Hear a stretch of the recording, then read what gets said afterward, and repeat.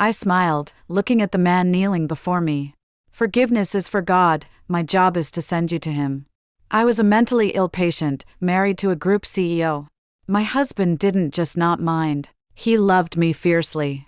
Until an unknown call shattered the happiness I'd prided myself on, revealing that all our affection was a meticulously planned deception. I was a mentally ill patient, married to a group CEO. My husband didn't just not mind, he loved me fiercely. My husband told me he was going on a business trip, bidding me a reluctant farewell with a hug, reminding me to take my medicine on time. I smiled tenderly, handed him his suitcase, and waved him goodbye. Not long after he left, I received a call from an unknown number. The caller said my husband wasn't on a business trip, but was off with his mistress, enjoying a secret rendezvous. I didn't believe it, so he sent a news link to my cell phone. Horizon CEO's image as devoted crumbles, caught kissing girlfriend at airport. Under the glaring headline was a photo of him kissing a woman, with the airport as the backdrop. I made a call, found out Jason's flight number, and had someone contact the airport to report prohibited items on that flight. Jason and I had been together since our school days, from uniforms to wedding gowns. A couple envied by all. Even the company name was formed by taking one character from each of our names. After 7 years of marriage, I had given him the best years of a woman's life. Click, he pushed the door open, carrying his suitcase. Seeing my bloodshot eyes, his eyebrows furrowed. Why are you crying? I threw my cell phone at him. Explain yourself. The screen was shattered, but the page still displayed that photo, the cracks spreading across their smiling faces. Jason glanced at it, then pulled me into his arms. This is a new intern at the company. She had to go on a business trip with me at the last minute. She was just adjusting my tie, it wasn't a kiss. It was just the angle of the shot. Really? Don't you trust me? Adjusting a tie leaves such a heavy perfume scent? And it's the same scent you had on you when you came home late before? Jason's arms around me stiffened. He pushed me away, irritably taking off his jacket. Can you stop being so unreasonable every single time? This is clearly someone trying to slander me. You're my wife. I don't ask you to help me with my career, but don't add to my troubles. I'm busy and don't have the energy to keep comforting your paranoia again and again. When did I become a troublemaker? Without me, where would his good life today be? His disgusted gaze and impatient words completely enraged me. Memories of our past affection flashed, and my body trembled uncontrollably. No, no. I screamed, finally erupting, furiously smashing things around the house. The loud commotion attracted our housekeeper. Jason waved his hand, signaling he'd handle it. He just watched impassively as I smashed things until I was exhausted. I collapsed amidst the wreckage. He brought over a glass of milk, tucked a strand of hair from my cheek behind my ear, and said, "It's my fault, Grace. I shouldn't have yelled at you. Just let it all out, and you'll be fine. Good girl, drink the milk and get some sleep." My body was stiff, my gaze lost. He cradled my head tenderly and fed me the glass of milk. My head sagged, and my whole body went limp in his arms. He carried me back to the bedroom, carefully laid me on the bed, and kissed my forehead. Sleep. I heard his cell phone vibrate, then his footsteps leaving. I opened my eyes and quietly followed. He probably thought I was asleep because he answered the phone just outside the bedroom. Tomorrow, I'll find an excuse to send her to the company, and you can provoke her a bit more. Yes, don't worry, have I ever let you down? She's already mentally unstable. With so many witnesses, once we get a mental illness assessment report, I'll send her to a mental hospital. Then her shares will naturally be mine, and I can marry you openly. My dearest, don't say I'm heartless, I'm doing all this for you. Just wait till I get my hands on you.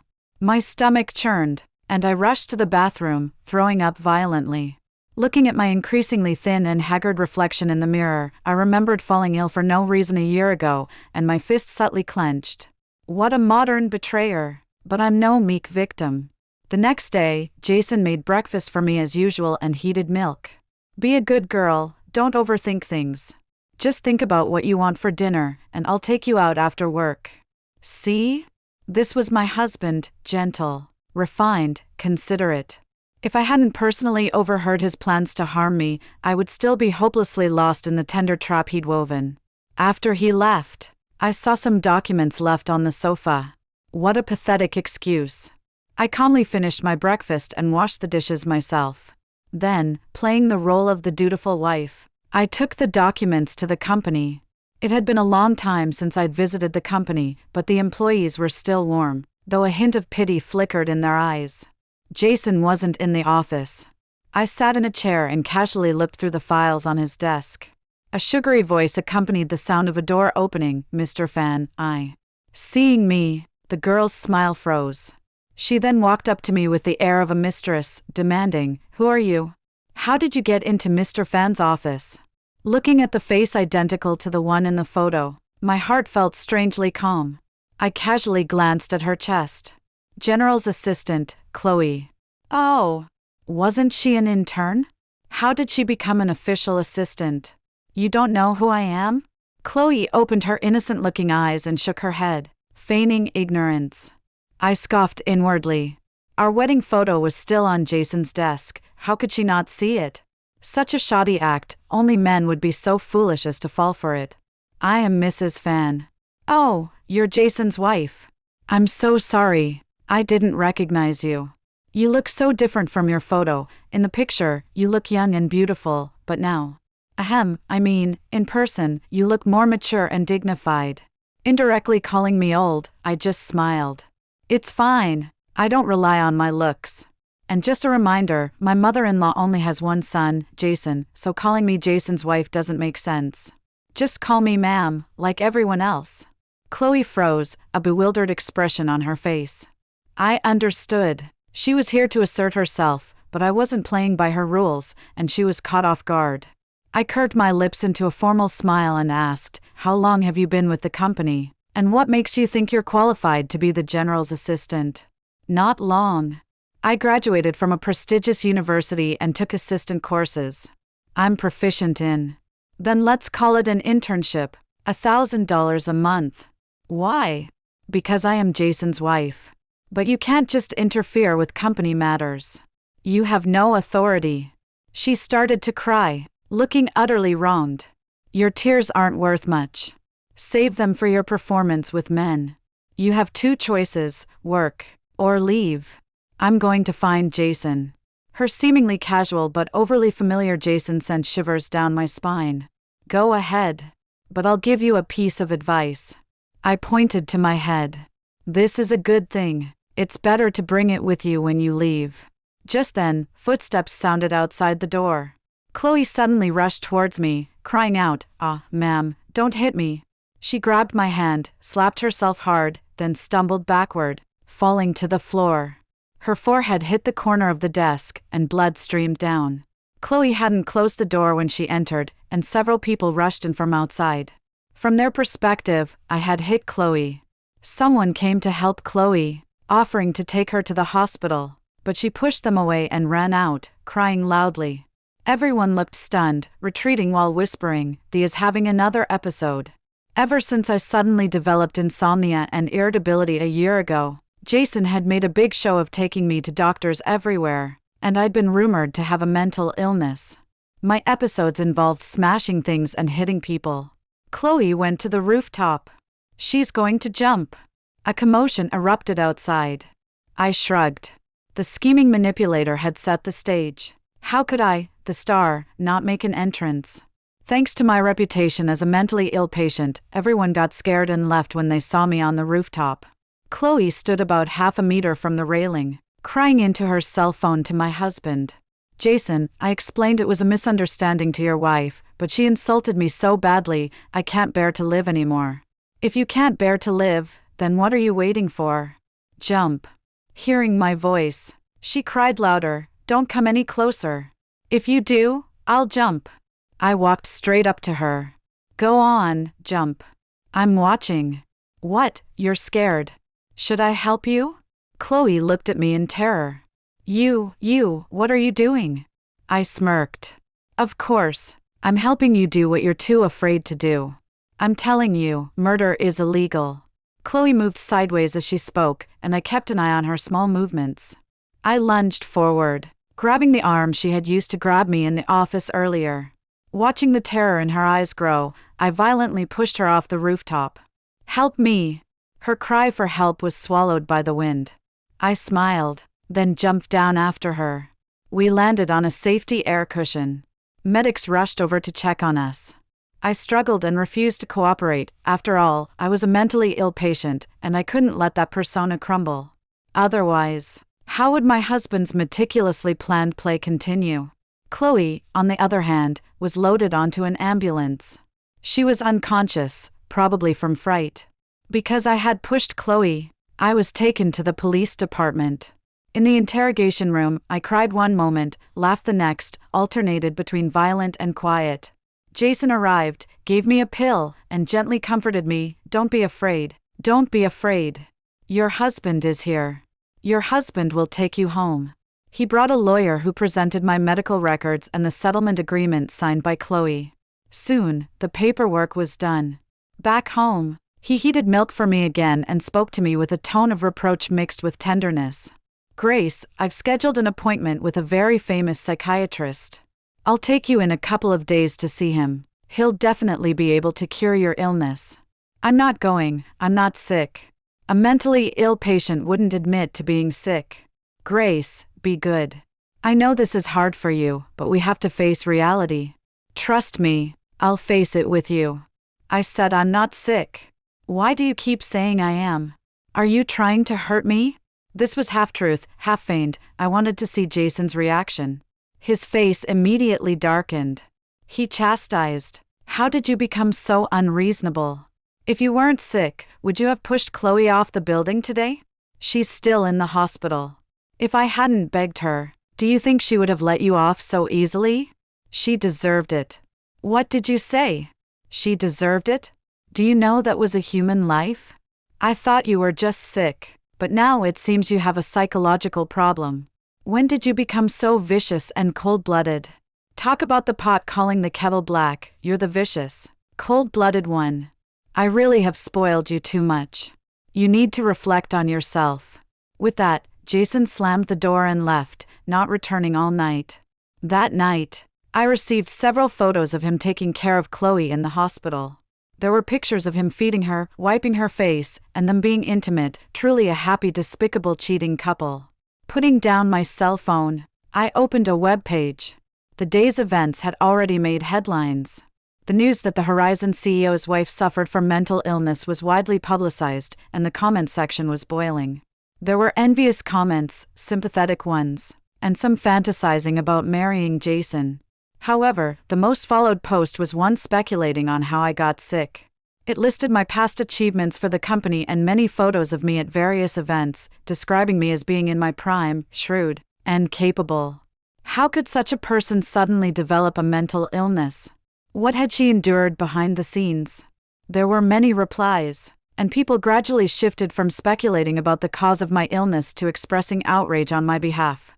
Someone even dug up photos of Jason and Chloe at the airport that day, imagining a dramatic family ethics drama of a mistress coercing her way in, usurping a position, and a husband forgetting his roots. Public opinion is a double-edged sword. If someone wanted to play, I was happy to use their strength against them. The next day was Grandpa's birthday. Grandpa and my in-laws lived in the countryside, only a 2-hour drive from the city.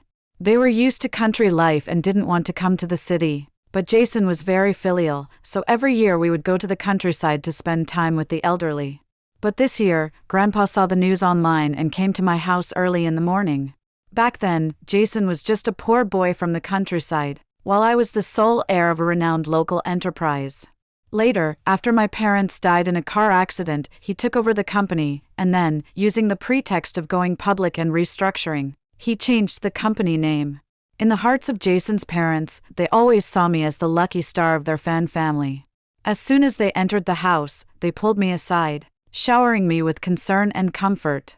They called Jason back and gave him a good scolding. I feigned a dignified sorrow, then busied myself preparing a table full of dishes for Grandpa. Just as everyone was happily raising their glasses, the doorbell rang. Jason opened the door. "Chloe, you're not well yet, why did you come out?" Chloe's face was pale, and she had deliberately applied a simple, innocent-looking milky tea-colored lipstick, making her appear fragile and endearing. Tearfully, she looked at me. "Can we talk?" I immediately understood this was another act in her grand scheme, a provocative visit, feigning retreat. "Come in." Chloe walked in first, my husband following closely, his gaze fixed on her, ready to protect her at any moment. Although he was excellent at disguising it, after so many years of marriage, how could I not see through him? "Don't disturb the elders," I said. "Let's talk over here." I stepped into the living room first, which wasn't far from the dining area. "Sit," I said, pointing to the sofa opposite me. Chloe glanced at Jason, then carefully sat down. "Madam, I've come today to apologize. I know the online gossip has caused you and Mr. Fan a lot of trouble. I admit, I like Mr. Fan, but I never intended to affect your marriage. I just admire Mr. Fan too much. He truly is the most elegant and outstanding man I've ever met." As she spoke, she shyly looked at Jason, who returned her gaze with boundless tenderness. "Madam, everything is my fault. I hope you won't push Mr. Fan anymore. I swear, I'll only be an assistant from now on and will never do anything out of line. As long as I can see Mr. Fan often, I'll be content." Listen to that, her words were so calculated, admitting fault openly, yet using the word push to make Jason seem like the victim. I looked at Jason. "Honey, what do you think?" Jason looked troubled, his lips parting and closing. "Chloe is very capable at work, and it's not easy for a young girl from out of town. Since she's said all this, let's let her stay." "Absolutely not." Margaret and William stormed over. William gave Jason a hard slap. "Do you just ignore everything your mother and I tell you? We thought those online rumors weren't credible, but now it seems they're not baseless. This girl has shown up at our door, and you still want to keep her? Where do you put Grace?" After that, another round of slaps, making Jason's lip bleed, but William showed no sign of stopping. Margaret pointed at Chloe and scolded, "How can a young girl be so shameless? Didn't your parents teach you anything about morals? There are so many men out there, why do you have to go after a married man? Do your parents know about this?" Chloe cried so pitifully, as if she were the one whose marriage had been broken, not me. Margaret then pointed at Jason and declared, "Today, in front of your father and me, you need to make a clean break. If you keep this troublemaker, you'll be out of this house. From now on, Grace is our only daughter." Chloe panicked. She ran up to shield Jason, crying out, "Mrs. Fan, if you're angry, hit me. You can even kill me. Just don't disown Jason." Margaret, enraged, pushed her away. Chloe fell to the ground, clutching her stomach and crying out in pain. Jason rushed over, half cradling her in his arms. "Chloe, what's wrong?" Chloe bit her lower lip, weakly tugging at Jason's shirt collar. "Jason, save our baby." "What did you say?" Margaret rushed over, squatting down to examine Chloe. "Mrs. Fan, I'm pregnant with Jason's child. Jason is truly pitiful. He's always wanted a child. I know you also want a grandchild. I'm willing to have his child, without asking for any official title." Then she looked at me. "Madam, the child is innocent. You can't have children. If you agree, I'm willing to give birth and let you raise it." That one sentence was like a knife plunged into my heart, tearing apart my dignity as a woman. In the second year of our marriage, I was pregnant, but I had a miscarriage that damaged my body, and I was never able to conceive again. This was also a heartache for Margaret, though she hadn't had the chance to show it. Jason called an ambulance, and William and Margaret took Grandpa back to the countryside. Before leaving, Margaret held my hand and earnestly advised me to move on. She said, "Grace, Jason just wants a child of his own, there's nothing wrong with that. Our family cannot be without an heir. Besides, Jason hasn't resented you for burdening him with your illness, so you should be sensible and stop making trouble. One child, and they successfully twisted right and wrong, making it seem like I was the one making trouble. None of you are wrong. I am." I walked to the window, watching the car speed away, leaving a trail of dust. My nails dug into my palms, and drops of blood fell onto the floor. With things having escalated this far, there was no longer any need for concealment. 3 days later, Jason returned, looking exhausted. It was clear the scheming manipulator had put him through a lot these past few days. With tears in his eyes, he begged for my forgiveness, saying he was deeply sorry, but that since things had come to this, he hoped I could accept it. I suggested divorce, but he refused, saying he would give Chloe a sum of money and send her away after the baby was born.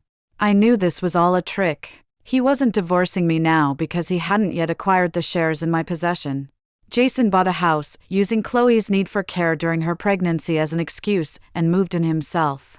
But every night, he would return, feed me milk, and leave only after I'd fallen asleep. What he didn't know was that every night after he left, I would open my eyes. A few days later, he took me to see the so-called psychiatrist, and I cooperated with the examination. A month later, I received my mental disability certificate. Jason had his lawyer draft a share management agreement and asked me to sign it. I looked at the pen he offered, knowing that once I signed, the next step would be to send me to a mental hospital, followed by my silent death. I said that for such a significant matter, I'd sign it during the board meeting, where it could also be announced publicly to avoid a lot of trouble. Jason, having no choice, agreed. That night, after he left, I opened my computer and sent an email. A little while later, Chloe's personal information appeared in my inbox, and I couldn't help but smile as I looked at the contents. I was eager to see Jason's face when he learned the truth. It was time to push things forward. The next day, I went to the house he had purchased. I brought a lawyer and a real estate agent. Chloe, sleepy-eyed, opened the door. The moment she saw me, fear flashed in her eyes, and she stumbled back several steps. She eyed me defensively. Jason isn't here. If you have something to say, go talk to him. I need to rest. Please leave. I walked straight into the house. What, not playing the weak, wronged woman anymore? Chloe pointed outside. If you don't leave, I'll call the police. You're trespassing. Do you need me to dial for you? Let the police see how a mistress is usurping one's place. What usurping one's place? This is my house. I scoffed, too lazy to waste words with her, and winked at the lawyer and real estate agent. The lawyer stated righteously to Chloe, this property was purchased in full by Mr. Fan for $2,800,950, and it is considered communal property between husband and wife. The real estate agent presented the supporting documents. This is the purchase agreement. It has nothing to do with Ms. Fong. I waved my hand, looking at Chloe's resentful gaze. I'm here to reclaim my own home. Shouldn't you be leaving? Of course, if you can afford the rent, I might consider leasing it to you. Or, I could file a lawsuit with the court. You know, being a mistress can lead to jail time. Chloe clenched her fists, very unwilling. She tried to go into the bedroom to get her things, but I blocked her path. Your clothes, bags, makeup, jewelry, Jason bought them, which means I bought them. Without my permission, you can't take them. I tugged at the pajamas she was wearing. Not making you take off those pajamas is already more than generous. Get out. Jason rushed home to find me, asking why I couldn't be more tolerant. So, what do you want to do, Jason? A man can't eat from 2 tables at once. Grace, I'm very grateful for the time you've spent with me. I'm not ungrateful, but our Fan family cannot be without an heir. Since you can't have children, don't stop someone else from having them for me. Besides, Chloe and I are truly in love. Since you can't tolerate her, let's get a divorce. True love. How ironic. Fine, divorce is possible, but you'll leave with nothing. Jason hadn't expected me to make such a demand. He was silent for a moment, then nodded. I want to give Chloe a proper status. All right. Tomorrow, bring her to sign the divorce papers. The next day, they both arrived on time. I placed the divorce papers on the desk. Just as Jason was about to sign, Chloe snatched them away and tore them up, looking at him with tear-filled eyes. Jason, this is all your hard work. You can't compromise. She then lowered her head, weeping as if she had suffered a great injustice. I can't let you lose your career. Thank you for loving me. I will disappear completely and raise our child. You must be happy. With that, she ran out, and Jason got up to chase her. I watched their retreating figures, calmly picking up the torn divorce papers and tossing them into the trash. True love? Bullshit. That night, Jason bought flowers and gifts, kneeling outside my door to confess his sins. He claimed he'd been temporarily blinded by desire and promised to live a good life with me from then on. The rain poured down all night. I simply didn't open the door, and he stayed out there, drenched, for the entire night. The next day, he was hospitalized with a high fever, still desperately begging for my forgiveness. After he recovered, he truly settled down, taking even more meticulous care of me, acting like the perfect devoted husband. Another half-month passed, and he said he was going on a business trip. Before leaving, he hugged me reluctantly. This scene felt so familiar. I said, "Jason, you'll be back very soon." After he left, I checked the time. It was about time for me to leave too. The plane landed at Coastal. As soon as I disembarked, I saw Ethan. I took off my sunglasses and walked over with a smile. "Ethan, have you been waiting long?" "No, I just arrived." He opened the passenger car door for me. Once inside, he handed me his cell phone. "These are all of Jason's criminal evidences." Ethan was the older brother from my childhood neighbors. Their family had immigrated years ago, and we lost touch. A year ago, he suddenly returned to the country and told me that Jason had tried to murder me and seize my assets, that my parents' car accident was also his doing, and even the child I lost was a result of his interference. Jason's entire relationship with me was for my family's fortune. I didn't believe it at first, until Ethan gave me a lab report. That's when I learned that the milk Jason supposedly had airshipped to me daily from abroad contained a slow-acting poison that damaged brain nerves. Initially, it caused drowsiness and irritability, then mental disorientation, and eventually, I would become mentally unstable. Each time I had an episode, he would give me a sedative. The reaction between the two drugs would deplete my body, accelerating my deterioration. After the initial heartbreak, I decided to fight back, and Ethan helped me devise a comprehensive revenge plan. Chloe's appearance was an unexpected twist. When I realized Jason wasn't just toying with Chloe, I felt that heaven itself was helping me. Ethan held the steering wheel, tapping his fingers rhythmically. "What you need is under the seat." I reached under the seat and found the knife I wanted, slipping it into my sleeve. I returned the cell phone to Ethan. I didn't realize Jason was such a romantic. He really went all out for Chloe. He apologized to me, admitting that his recent repentance was all a ruse to buy time to embezzle the company funds. He had bought a luxury home by the sea and 2 cars under someone else's name. His departure today, disguised as a business trip, was actually his plan to elope with Chloe. The sea breeze was refreshing, and the scenery was pleasant. Jason certainly knew how to enjoy life. Ethan unlocked the door directly with a key. He told me Chloe had gone shopping and wouldn't be back for a while, so I could do what I needed to do without worry. Jason walked out, and the moment he saw me, he froze.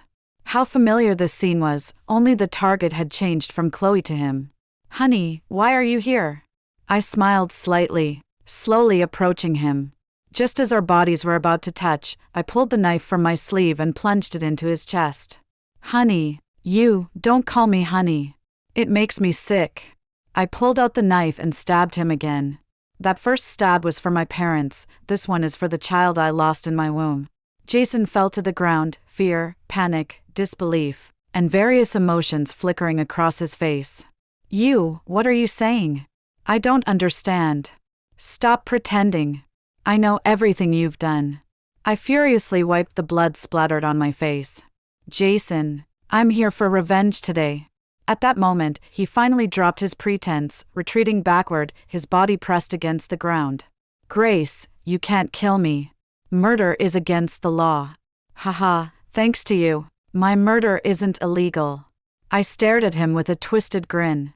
"You forgot. You were the one who got me my mental disability certificate." This was truly reaping what he sowed. Jason was genuinely terrified of me. A wet stain appeared on the ground beneath him, and the air was filled with a foul smell. I immediately lost interest. I walked over to the sofa and sat down. Ethan took out wet wipes and cleaned my fingers one by one. I took out the divorce papers and threw them in front of Jason. "Sign it." Jason knew he had no choice and signed the agreement. Outside, police sirens wailed. Jason screamed hysterically for help.